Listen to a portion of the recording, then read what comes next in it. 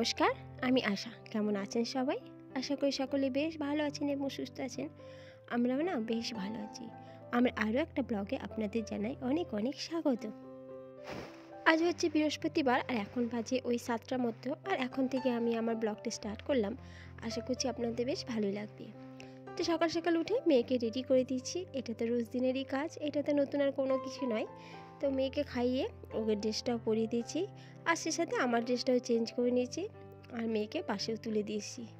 তারপর এসে এই যে হাজব্যান্ডের জন্য একটু র চা বানিয়ে নিলাম, আর আমাদের জন্য একটু দুধ চা বসিয়ে দিয়েছি। হাজব্যান্ড তো দুধ চা কোনো মতেই খায় না, তো আজকে ও বাইরে যায়নি, একটু দেরি করে যাবে, তাই এতক্ষণে চাটা ওকে বানিয়ে দিচ্ছি।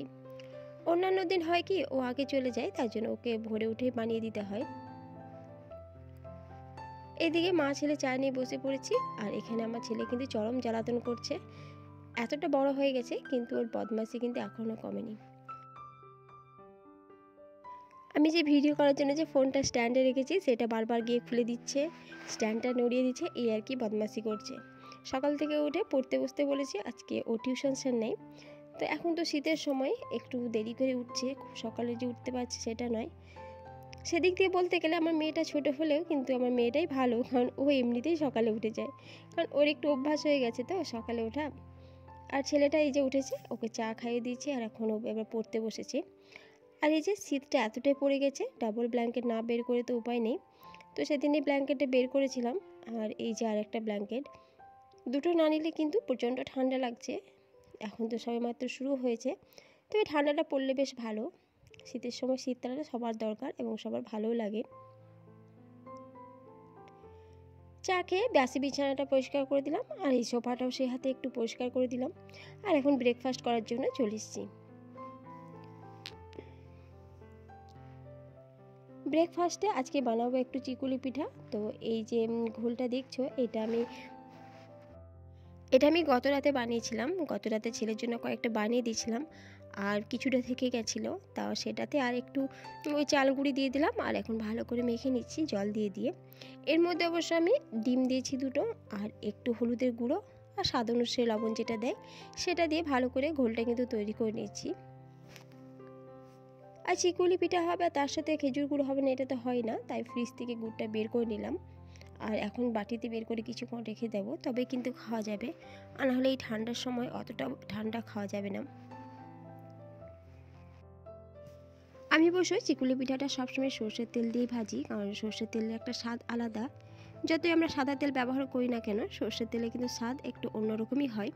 আর যেহেতু ডিম দিয়েছি আর একটু মশলা দেওয়া আছে, হলুদ দেওয়া আছে, তার জন্য সর্ষের তেল দিয়ে বেশি ভালো লাগবে খেতে।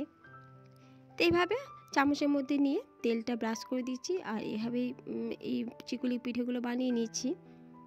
চিকুলি পিঠে বানাতে খুব একটা সময় লাগে না, খুব অল্প সময়ের মধ্যে এটা তৈরি হয়ে যায়, আর খেতে তো অসাধারণ লাগে। এই জন্য আমি ভাইকে বলেছিলাম যে একটু চালের গুঁড়ো এনে দিতে, একটু বলতে ওই কেজি 3 মতো চাল ওরা ওখানে পিষিয়েছে। আসলে আমাদের এখানে যে মেশিনগুলো আছে সেখানে যদি চালের গুঁড়ো পেশানো হয়, তাহলে কিন্তু সেই চালের গুঁড়োতে এই চিকুলি পিঠা হয় না। এইগুলো সেই ঢেঁকি যেগুলো হয় সেগুলোতে করতে হয়। তো এখনকার দিনে তো আর ঢেঁকি পাওয়া যায় না। তো বাবার বাড়ি ওইদিকে একটা মেশিন আছে, যেটাতে মানে বলতে গেলে একদম ম্যানুয়াল টাইপের। তো ওখানে এই চালের গুঁড়োগুলো পেশালে এর মধ্যে কিন্তু ভাপা পিঠে, তারপর এই যে শীতের যে রুটিগুলো হয়, পিঠেগুলো হয়, সেগুলো কিন্তু সবগুলোই সুন্দরভাবে ওঠে। আর এমনি কিন্তু মেশিনের মধ্যে যদি পেশানো হয় চাল, তাহলে কিন্তু সেই চালগুলো দিয়ে কোনো কাজই হয় না। তো ফ্রিজ থেকে কিছু সবজি বের করে নিলাম, আর ফ্রিজে মাছটা যে রেখেছিলাম সেটাও বের করে দিলাম, ঠান্ডাটা কিছুটা ঝরে যাক। আর ভাত ডাল তো বসিয়ে দিয়েছি, আর ভাতটা কিছুক্ষণ ফুটলো, তারপর ঢাকা দিয়ে দিলাম। আমি এভাবে অবশ্য ভাতটা রান্না করি, তাহলে ভাতটা বেশ তাড়াতাড়ি হয়েও যায়, আর গ্যাসটাও অনেকটা বাঁচে। এভাবেই ভাতটা রান্না করি, তাহলে অসুবিধা হয় না।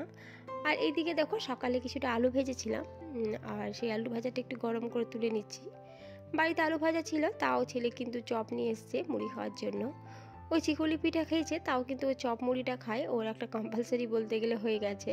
আসলে পাড়াতে বিক্রি করে তো হাতের কাছেই থাকে, টুক করে গিয়ে আনতে পারে, ওই জন্য চপ মুড়িটা খেতে একটু পছন্দও করে। আর কয়েকটা পটল ছিল, পটলগুলো ভালো করে ভেজে নিলাম, আর ফ্রিজ থেকে যে মাছটা বের করে রেখেছি ওটা ঠান্ডাটা ঝরে গেছে, আর এখন ওটাও ভেজে নেব। আর মাছ বা মাংস যেটা আমি ফ্রিজে রাখি না কেন, কখনো কিন্তু ডিপ ফ্রিজে রাখি না, কারণ ডিপ ফ্রিজটা আমার অনেকটাই কুল, তাই একদম পুরো বরফ হয়ে যায়, যেটা বরফটা গলতে অনেকটাই সময় চলে যায়। আর নিচেরটা মোটামুটি বেশ সুন্দর কুল থাকে, আর আমার অসুবিধা হয় না ডিপে না রাখলেও। এই দেখো কিছুক্ষণ পর ভাতটার মধ্যে জল দিয়ে দিলাম, একবার ফুটিয়ে কিন্তু ভাতটা ভালো করে নামিয়ে নেব। আমার ভিডিও আপনাদের কেমন লাগে অবশ্যই কমেন্টের মাধ্যমে জানাবেন। যদি ভালো লেগে থাকে প্লিজ একটা লাইক দিয়ে আমার পাশে থাকবেন। চ্যানেলে যদি কেউ নতুন হয়ে থাকেন প্লিজ চ্যানেলটি সাবস্ক্রাইব করার অনুরোধ রইল। আর পুরনো যে বন্ধুরা আছো তাদেরকে তো অসংখ্য ধন্যবাদ। তো কিছুটা মাছ তো ছিলই কালকের, আর মাছগুলো তো আজকে এই বেলায় ঝোল করে খাওয়া হবে, আর রাত্রেবেলায় হয়তো কিছু থাকবে না, ওই জন্য হাজব্যান্ডকে বলেছিলাম একটু মাংস আনতে, তাই মাংসটা অর্ধেক করে নেব। আর ছেলে তো দুপুরে মাংস খাবে, ও তো মাছ খাবে না, আর বাকিটা রেখে দেবো, রাতে তো রুটি বানাতেই হবে, তখন রুটির সাথে খেয়ে নেওয়া হবে।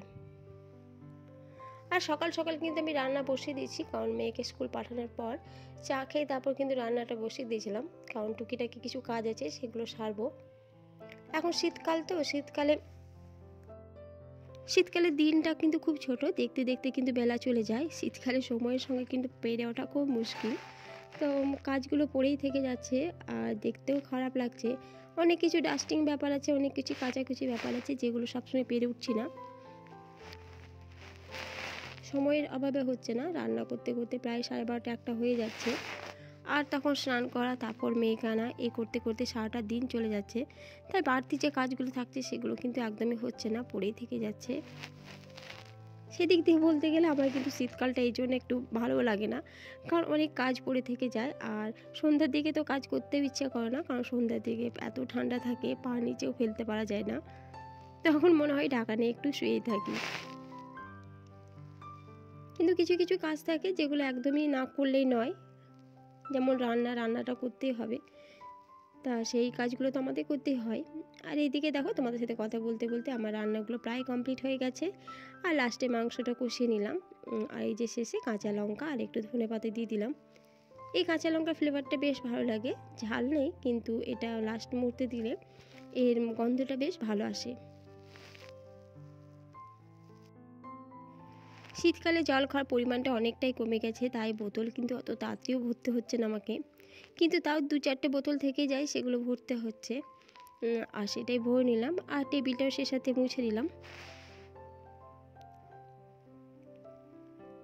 রান্না করার পর এই একটা কাজ থেকে গ্যাস মোছা, তো এই কাজটা যখনই হয়ে যাবে মনে হবে যেন না আমার পুরোপুরি কাজ কমপ্লিট হয়ে গেছে।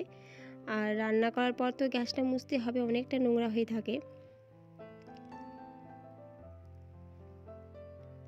আর আজকে এই যে ওভেনগুলো আছে সেগুলো ভালো করে একটু ধুয়ে নিলাম, আজকে বলতে কি প্রতিদিনই ধুয়ে নিই, তো আজকে একটু সাবান দিয়ে, যেগুলো সে তার জেলি হয় সেগুলো দিয়ে ভালো করে একটু ঘষে ঘষে পরিষ্কার করেছি, দেখতে ভালো লাগে, আর গ্যাস বা অন্য কিছু একটু চকচকে হয়ে থাকলে নিজেকেও ভালো লাগে।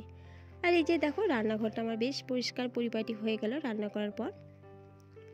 আর এই যে বাড়তি যে কাজগুলো বলছিলাম তারই মধ্যে জুতোগুলো বেশ কিছুদিন ধরে পড়ে আছে, নিচে একদমই পুরো জুতোর যে র্যাকটা আছে সেটা ভর্তি হয়ে গেছে, তাই ভাবলাম যে এই যে ছেলের কয়েকটা জুতো একটু কেচে রেখে দিই, কারণ নিচে র্যাক আছে, আর ভালো জুতোগুলো রাখার জন্য উপরেও একটা সেলফ আছে, তো সেখানে ভালো জুতোগুলো রাখি, আর যেগুলো রেগুলার ইউজ করি সেগুলো নিচেই থাকে। তো এই ভালো জুতোগুলো একটু ধুয়ে দিলাম, কারণ বেশ কিছুদিন ধরে পড়ে আছে, ভাবছি ধোবো কিন্তু ধোয়ার আর সময় হচ্ছে না, তো আজকে ফাইনালি একটু তাড়াতাড়ি রান্না করে নিলাম, আর তারপরে এই কাজগুলো সেরে নিলাম। 2 দিন লাগবে অবশ্য শুকাতে, সে অসুবিধা নেই, শুকিয়ে যাক। তারপর উপরে যে শেলফগুলো আছে তার মধ্যে ওগুলো রেখে দেব। আর এই যে জুতো ধুয়ে এসে ভালো করে স্নান করে এখনও খাবার বেড়ে নিচ্ছি। এখন মেয়ে আসার আগেই খেয়ে নিই, তার কারণ হচ্ছে যে মেয়ে আসতে তো দেরি হয়ে যায় প্রায় 3টে, আর ওকে তখন খিচুড়ি বা ভাত খাইয়ে পাঠায়, তাই ও আসার আগে খাওয়া দাওয়াটা সেরে নিই আমরা সবাই। আর এখন আমি রেডিও হয়ে গেছি মেয়েকে আনতে যাওয়ার জন্য। তো চলুন আজকের মতো এখানেই, আবারও দেখা হবে নতুন একটা ব্লগে। ধন্যবাদ, ভালো থাকবেন, সুস্থ থাকবেন।